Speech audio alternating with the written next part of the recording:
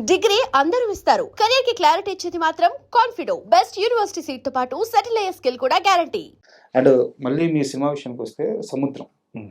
అంటే ఇప్పటికి కూడా కల్ట్ ఫ్యాన్స్ ఉన్నారు ఆ సినిమాకి. అవును నిజం.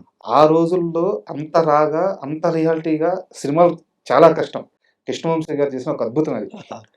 సో, అప్పటికి కృష్ణవంశీ గారు 'అంతఃపురం' సినిమా తీసి ఆయన హాట్ కేక్ లాగా ఉన్నారు. ఉన్నారు. సో, కృష్ణవంశీ గారు అసలు ఎలా దొరికారు మీకు? ఎలా అప్రోచ్ అయ్యారు? ఆ సినిమా ఎలా ఆన్ బోర్డ్ అయింది? దానికి మా హీరో 'జగపతి బాబు' గారి గురించి చెప్పాలండి. ఆయనతో మేము రెండో సినిమా అండి. ఫస్ట్ 'మామిడాకులు' చేసాం. రెండో సినిమా 'సముద్రం' సినిమా చేద్దామని. రెండో సినిమా చేద్దామని అనుకున్నామండి. అనుకున్నప్పుడు వేరే వేరే డైరెక్టర్ల పేర్లన్నీ మాట్లాడుకుంటున్నాం. అప్పుడు ఆయన ఏమన్నారంటే, 'అంతఃపురంలో' నేను ఒక హాఫ్ అన్ అవర్ క్యారెక్టర్ చేస్తే మంచి రెస్పాన్స్ వచ్చింది. కరెక్ట్. నాకు స్టేట్ అవార్డ్ వచ్చింది.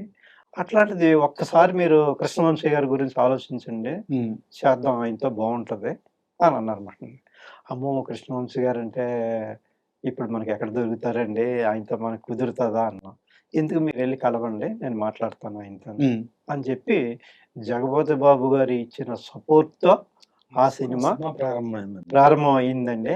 అదే విధంగా అంత ఇంట్రెస్ట్‌గా, అంత ప్రేమిస్తూ కూడా ఉండి, ఎక్కడ ఏ ప్రాబ్లమ్ ఏమీ రానివ్వకుండా దగ్గరుండి కంప్లీట్ చేసి, ఏ మాట మీద అయితే ఉన్నామో అదే మాట ప్రకారంగా సినిమా చేసామండి.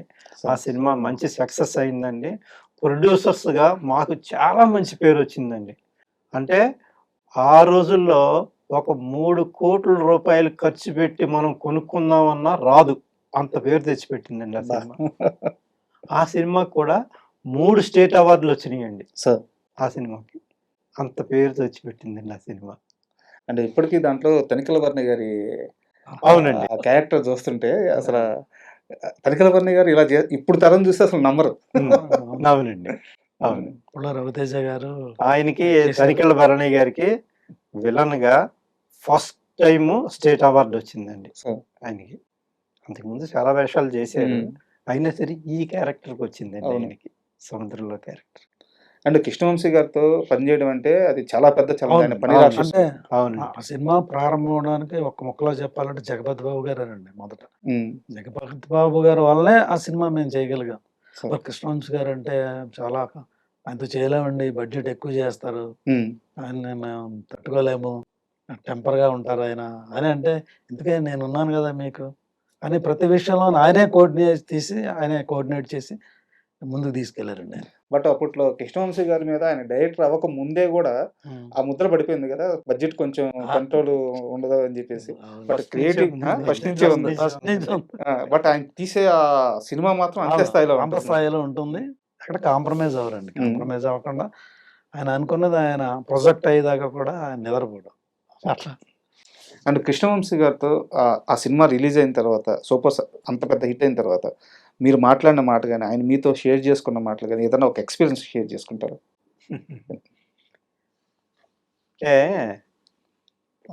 ఆ సినిమా అంతా కూడానండి కంప్లీట్ అయిపోయిన తర్వాత రష్ చూపించారు.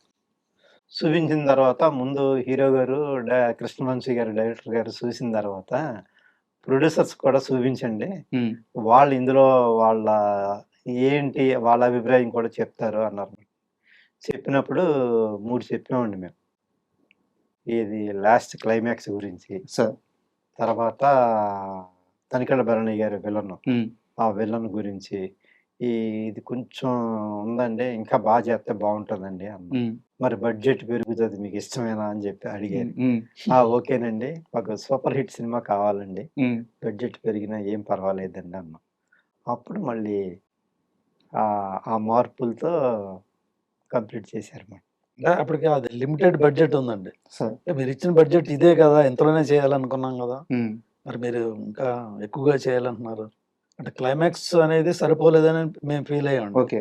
ఆయన సింపుల్ క్లైమాక్స్ చేశారు. ఆ క్లైమాక్స్ సరిపోదనే మేము ఫీల్ అయ్యాం. హ్మ్.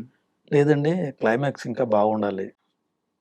ఖర్చుకు మేము వెనకాడం బాగుండాలి అని చెప్పగానే ఓకే. అయితే నా దగ్గర మంచి క్లైమాక్స్ ఉందని చెప్పేసి అప్పుడు ఇప్పుడున్న సినిమాలో క్లైమాక్స్ ఆయన చేశారు. సార్. చెప్పే ముందే చెప్పారండి. మరి బడ్జెట్ పెరుగుతుంది. మీరు ఎఫర్ట్ పెట్టగలరా అంటే డెఫినిట్‌గా పెడతామండి. అవుట్‌పుట్ బావుండాలి మనకి. ప్రాబ్లమ్ లేదు. మనం సినిమా స్టార్ట్ అయ్యాక ఈ సినిమాకి ఒక విధమైన క్రేజ్ వచ్చిందండి. ట్రేడ్‌లో కూడా మంచి క్రేజ్ వచ్చింది. సో, రేపు సినిమా సక్సెస్ అయిన తర్వాత ఆ ఫ్రూట్ ఎంజాయ్ చేసేది మేమే గనక, మేము బడ్జెట్ దగ్గర కాంప్రమైజ్ చేద్దాం అని చెప్పాం. సూపర్. అప్పుడు మళ్ళీ మళ్ళా ఇంకో షెడ్యూల్ ప్లాన్ చేసిండే అప్పుడు.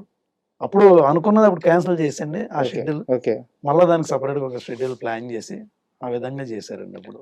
అలాగే ఆ సినిమాకి ఫస్ట్‌లో డీటీఎస్ చేస్తే బావుంటది. కానీ మనకు బడ్జెట్ లేదు. అంత బడ్జెట్ లేదు డీటీఎస్‌కి అని అనుకున్నాం. హ్మ్.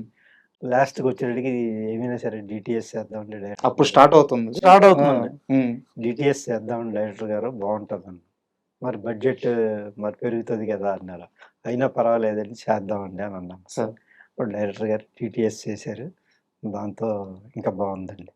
అండ్ 'మనసున్న మహారాజు' విషయానికొస్తే ఇది ఒక సీరియస్ క్వెషన్ సార్. మీరు చెప్పాలనుకుంటే సమాధానం చెప్పండి. లేదా స్కిప్ చేసేసేయండి పర్లేదు. హ్మ్. హీరో 'రాజశేఖర్' గారు అద్భుతమైన నటుడు, అద్భుతమైన స్టారు, బీభత్సమైన కెరీర్. అవును. కానీ వారి మీద ఒక చిన్న ఉందండి. అభిప్రాయం ఉంది. ఉంది. ఆయన షూటింగ్‌కి లేట్‌గా వస్తారని రైట్ చెప్పేసి. అండి. మంచి పాయింట్. ఇలాంటి ఒక అభిప్రాయం ఉంది.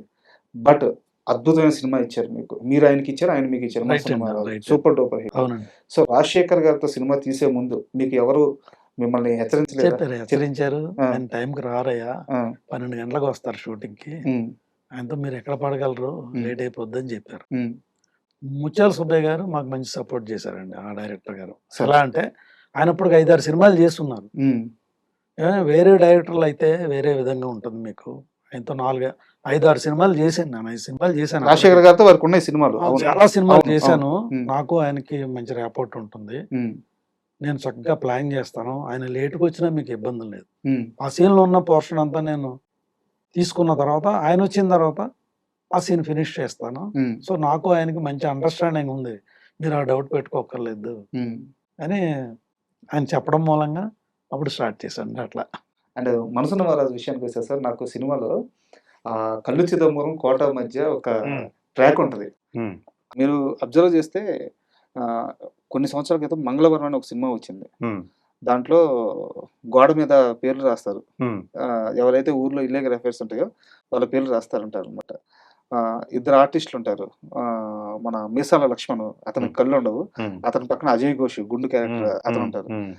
మన 'రాజశేఖర్' గారి సినిమాలో మీ సినిమాలో ఉన్న ఆ ట్రాకే మళ్ళీ కొంచెం అటు ఇటు మార్చి అక్కడ వాళ్ళు వాడుకున్నట్టు అనిపిస్తది. మీరు అబ్జర్వ్ చేశారా? హ్మ్. అంటే మీకు అర్థమై ఉంటది నేనేం అవును. అడుగుతున్నానో. అవునండి. సో 'కల్లు చిదంబరం' గారికి అక్కడ కళ్ళుండవు. అవునండి. ఇక్కడ పక్కన 'కోట' గారు. హ్మ్. ఒక పిసినారి లేదా అలాంటి ఒక క్యారెక్టరైజేషన్. ఇక్కడ 'అజయ్ ఘోష్' గారికొస్తే ఆయన అలా క్యారెక్టర్ కాకపోయినా గానీ ఊర్లో ఒక బ్యాడ్ క్యారెక్టర్. పక్కన కళ్ళు లేని 'మీసాల లక్ష్మణ్' గారు. అవును. సో టెంప్లేట్ అంతా అదే. అవును. ఎప్పుడన్నా అనిపించిందా మీకు? అవును. డెఫినిట్‌గా అనిపించింది. హ్మ్. అయితే యాక్చువల్‌గా అది ఒక మలయాళం ఫిల్మ్ రీమేక్ అండి అది. సార్. ఇది 'మనసున్న మహారాజు' అని. హ్మ్. ఈ కామెడీ ట్రాక్ అంతా మళ్ళీ రైటర్స్‌ని పెట్టి డైరెక్టర్ గారు అంతా డెవలప్ చేసిందనమాట అండి. సార్. అందులో ఒక విషయం మనోరమ గారు అవును. మదర్‌గా. మదర్‌గా యాక్ట్ అవును. చేశారు. వారు చాలా సినిమాలు చేశారు అప్పటికే చాలా ఎక్స్‌పీరియన్స్‌డ్ ఎన్నో సినిమాలు చేశారు. అప్పటికే నియర్లీ ఆమె గిన్నిస్ రికార్డ్ 1000 ఫిల్మ్స్ చేసి గిన్నిస్ రికార్డ్‌లో ఉన్నారు. సార్.